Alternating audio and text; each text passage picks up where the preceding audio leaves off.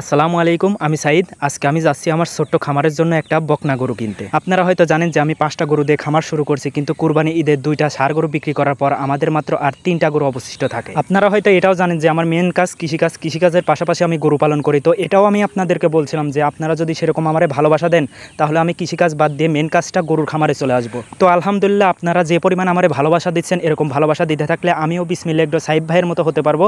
তো এই জন্য আমার অনেক গরু দরকার, এই জন্য আমি গরু কিনতে চলে আসছি আপনাদের ভালোবাসার টানেই। তো এই জন্য আমি আপনাদেরকে প্রায়ই বলি যে এরকম যারা ভিডিও বানায় তাদেরকে সাপোর্ট করেন, যাতে করে একটা বেকার ছেলে উদ্যোক্তায় পরিণত হতে পারে। আমি ইচ্ছে করলে গাভী গরু কিনতে পারতাম, কিন্তু শুরুতে বকনা গরু দিয়ে শুরু করাই ভালো। গাভী গরু কেনাটা অনেক রিস্ক, বিশেষ করে হাট থেকে গাভী গরু কেনাটা সবচাইতে বেশি রিস্ক। তো এই জন্য আমি আপনাদেরকে পরামর্শ দেবো যে আপনারা বকনা গরু দিয়ে শুরু করবেন, কারণ ধৈর্যের ফল সবসময় মিষ্টি হয়। তো আমাদের এদিকে হাট লাগে দুপুর 2টা থেকে বিকেল 4টে পর্যন্ত। আমরা কৃষিকাজের ব্যস্ততার কারণে হাটে সময় মতো আসতে পারি নাই। এখন 3টা বাজে, 3টার সময় এসে দেখি যে হাটে সেরকম গরু নাই, সব বিক্রি হয়ে গেছে। তো আজকে আমাদের গরু কেনা নাও হতে পারে। তো আমি আপনাদের একটা কথা বলতে চাই ভাই, আপনারা যারা বকনা গরু হাট থেকে কিনতে চান তাদেরকে উদ্দেশ্যে একটা কথা বলি যে ভাই, আপনারা একটা জিনিস খেয়াল করবেন, আপনারা হাটে যখন বকনা গরু কিনতে যাবেন, প্রত্যেক ব্যাপারে আপনাদেরকে ডেকে নিয়ে বলবে যে ভাই আমার বকনা গরুটা দেখো, এমনকি ওলান দেখাবে, বকনা গরুর ওলান দেখাবে, যে বলবে যে দেখো আমার এই বকনা গরুর ওলানটা কত বড়।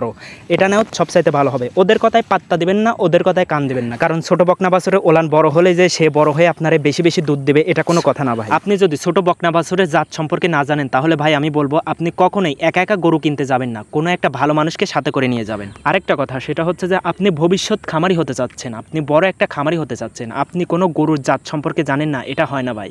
আপনাকে জানতে হবে, আপনার খামারের জন্য সবচাইতে ইম্পর্টেন্ট গুরুত্বপূর্ণ প্রথম যেই জিনিসটা লাগবে সেটা হচ্ছে গরুর জাত সম্পর্কে আপনাকে জানতে হবে। বকনা বাছুর চেনার অনেকগুলো উপায়ের মধ্যে একটা গুরুত্বপূর্ণ উপায় হচ্ছে বকনা বাছুরের সামনের দিকটা চিকন থাকে, পিছন দিকটা চওড়া থাকে। বকনা বাছুর চেনার যদি 10টা উপায় থাকে, তাহলে ভাই আমি বলবো এটা সবচাইতে গুরুত্বপূর্ণ উপায়, যে পিছন দিকটা চওড়া থাকে, সামনের দিকটা চিকন থাকে। তো অনেক ঘোরাঘুরির পর সেরকম ভালো জাতের বকনা গরু খুঁজে পেলাম না, এজন্য চলে যেতে বাধ্য হতো। তো আমার ভিডিও দেখা সকল ভাইদেরকে বলতে চাই ভাই, আমি গতকালকে একটা ফেসবুক পেজ খুলছি, তো আশা করি সবাই পেজ থেকে ঘুরে আসবেন। পেজের লিঙ্ক ভিডিওর ডেসক্রিপশন বক্সে দেওয়া থাকবে।